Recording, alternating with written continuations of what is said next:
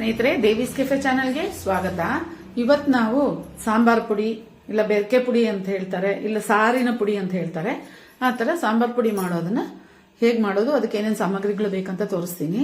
ಇದು ನನಗೆ ನಮ್ಮ ಅತ್ತೆ ಹೇಳ್ಕೊಟ್ಟಿದ್ದ ರೆಸಿಪಿ. ನಾನು ಇದು ನನ್ನ ಮದುವೆ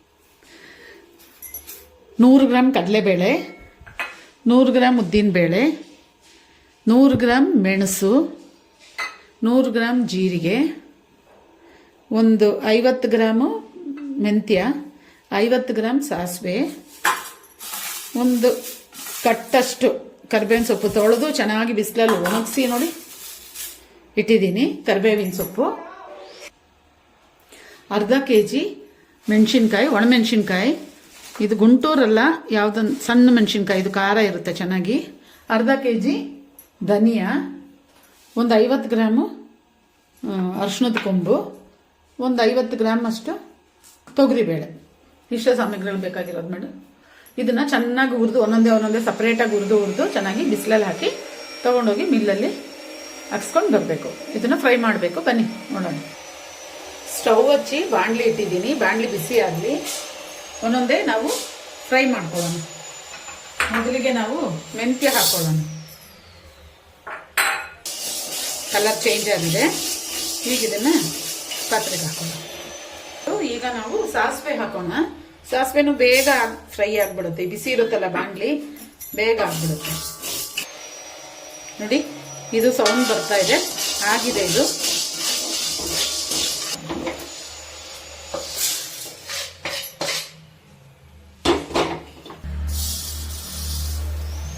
ಜೀರಿಗೆ ಸ್ವಲ್ಪ ಜಾಸ್ತಿ ಹಾಕಿದ್ರು ಚೆನ್ನಾಗಿರುತ್ತೆ, ಸ್ಮೆಲ್ ಫ್ಲೇವರ್ ತುಂಬಾ ಚೆನ್ನಾಗಿರುತ್ತೆ, ಏನು ತೊಂದರೆ ಇಲ್ಲ.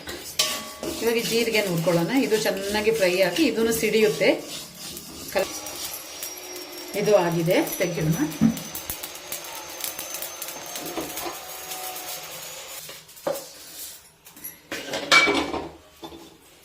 ಈಗ ಕರಿಬೇವಿನ ಸೊಪ್ಪು ಹಾಕೋಣ.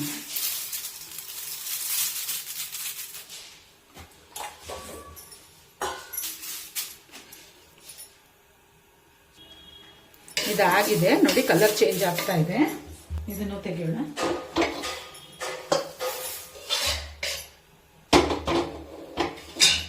ಈಗ ಉದ್ದಿನ ಬೇಳೆ ಹಾಕೋಣ.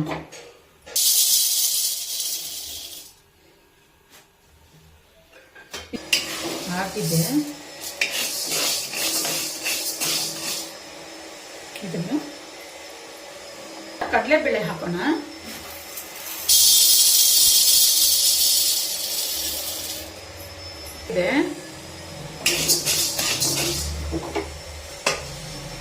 ನಿಧಾನ ಫ್ರೈ ಮಾಡಬೇಕು. ಇದನ್ನೊಂದು ಸ್ವಲ್ಪ ಆಗ್ಬೇಕು.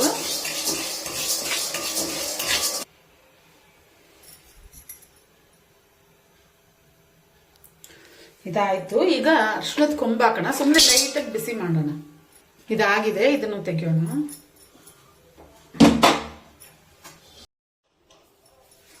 ಈಗ ಧನಿಯಾ ಫ್ರೈ ಮಾಡೋಣ.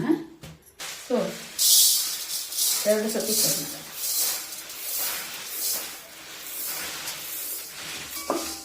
ಇದು ಅಷ್ಟೇ ಚೆನ್ನಾಗಿ ಗಮ್ಮ ಅಂತ ಸ್ಮೆಲ್ ಬರುತ್ತೆ. ಸ್ವಲ್ಪ ಲೈಟ್. ಇದಾಗಿದೆ, ತೆಗಿಯೋಣ. ಇನ್ನೊಂದು ಬ್ಯಾಚ್ ಫ್ರೈ ಮಾಡೋಣ.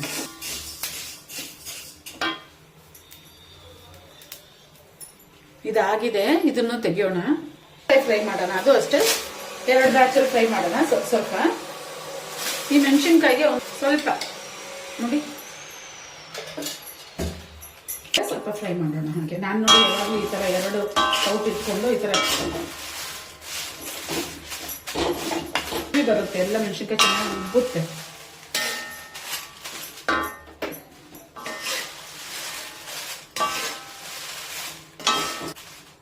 ಈ ತೊಟ್ಟು ಸಮೇತ ತಗೊಂಡ್ರೆ ಏನಾಗುತ್ತಂದ್ರೆ ಖಾರ ಚೆನ್ನಾಗಿರುತ್ತೆ.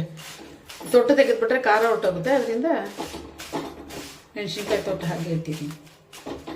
ತೆಗೆಯೋಣ.